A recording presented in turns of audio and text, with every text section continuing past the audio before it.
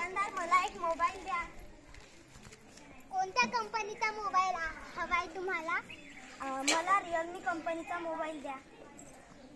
हे एक चांगला मोबाईल आहे. हा किती रुपयाचा आहे? 10,000 रुपयाचा आहे हा मोबाईल.